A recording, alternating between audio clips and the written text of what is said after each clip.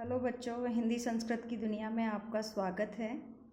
आज हम एक नया टॉपिक ले रहे हैं जो हमारी ग्रेजुएशन और पोस्ट ग्रेजुएशन की कक्षाओं में विशेष इम्पोर्टेंट है। दर्शन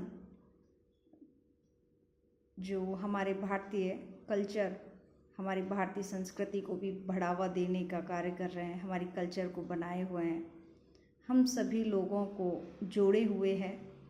षड दर्शन ये आपने पहले भी पढ़ा होगा और आज हम संस्कृत विषय के अंतर्गत इस विषय को कंप्लीट करेंगे, इस टॉपिक को पूर्ण करेंगे।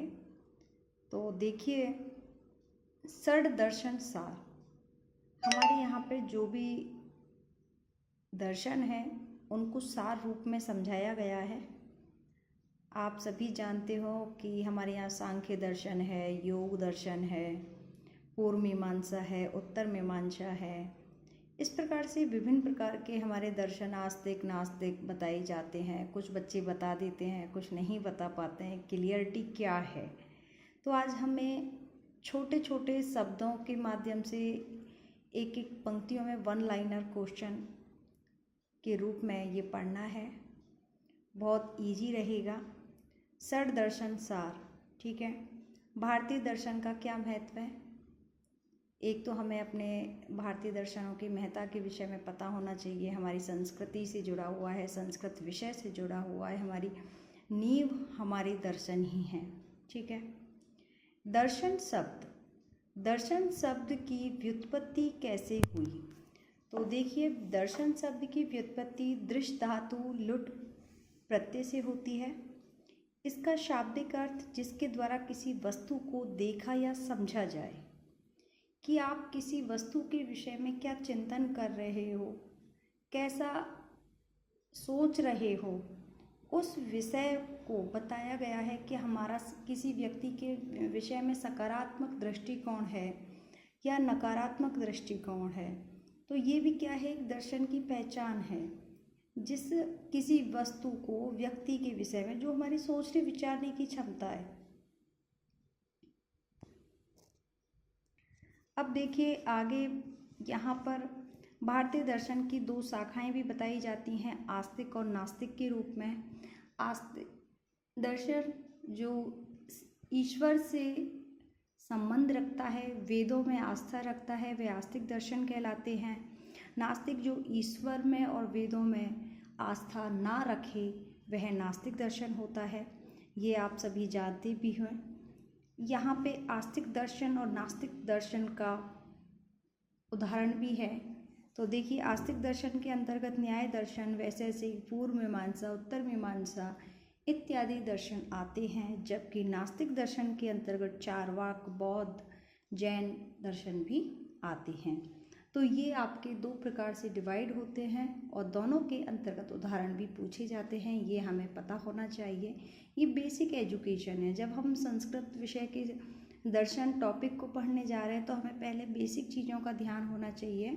और ये हमारे एक ग्रेजुएशन और पोस्ट ग्रेजुएशन के साथ साथ कॉम्पिटिटिव एग्ज़ाम की तैयारी के लिए भी बहुत अच्छा टॉपिक रहेगा। तो ये ज़रूर समझें। आगे है यहाँ पर नास्तिक दर्शन। नास्तिक दर्शन के विषय में विद्वानों ने कहा है, नास्तिको वेद निंदकः। नास्तिक वह व्यक्ति होते हैं जो वेदों की निंदा करते हैं या वेदों में आस्था नहीं रखते हैं। वेद विरोधी व्यक्तियों को ही क्या कहा जाता है? नास्तिक दर्शन के नाम से जाना जाता है। नास्तिक दर्शन के अंतर्गत चार्वाक और जैन और बौद्ध धर्म भी माने गए हैं, जिनमें चार्वाक दर्शन का दूसरा नाम लोकायत भी कहा जाता है, जिसे भौतिकवादी दर्शन भी कहा गया है।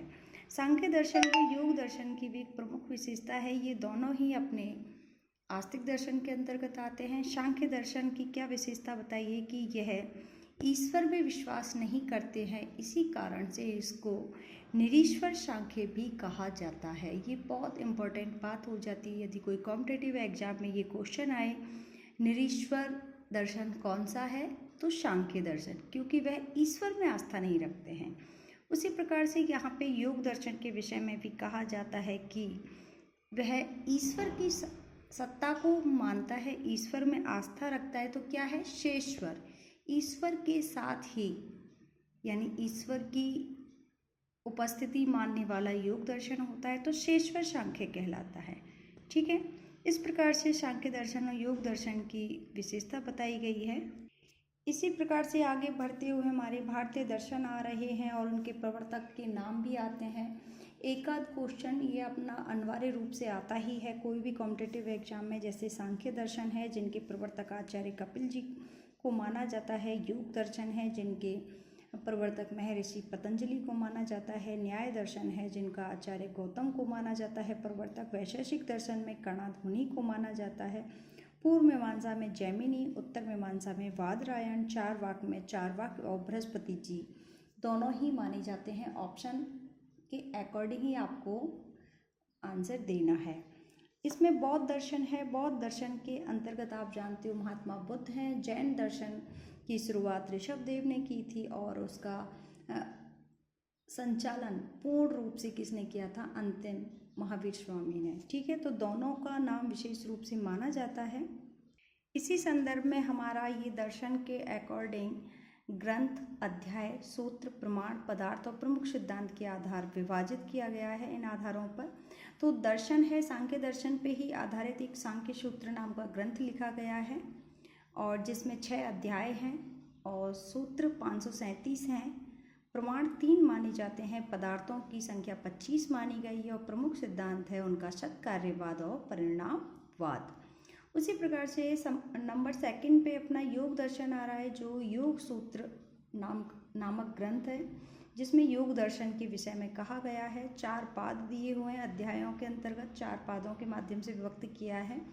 195 सूत्र हैं, 3 प्रमाण हैं और 26 पदार्थ माने जाते हैं। ये भी सत्कार्यवाद पर आधारित है और शेश्वरवाद पर आधारित है। ठीक है, न्याय दर्शन का संबंध न्याय सूत्र नामक एक पुस्तक से है जिसमें 5 अध्याय हैं, 60 और 70 के मध्य सूत्रों की संख्या बताई है, 4 प्रमाण हैं और 16 पदार्थ हैं जिसमें असत्कार्यवाद और ये हमारा पिठरपाकवाद ये 2 प्रकार से बताया दिया है। न्याय दर्शन के 2 सिद्धांत हैं, असत्कार्यवाद और पिठरपाकवाद। योग दर्शन में सत्कार्यवाद है, सांख्य दर्शन में सत्कार्यवाद है, ये आपको ध्यान रखना है। फिर आगे वैशेषिक दर्शन पर आधारित वैशेषिक सूत्र नाम की पुस्तक लिखी गई है जो 10 अध्यायों में विभक्त है।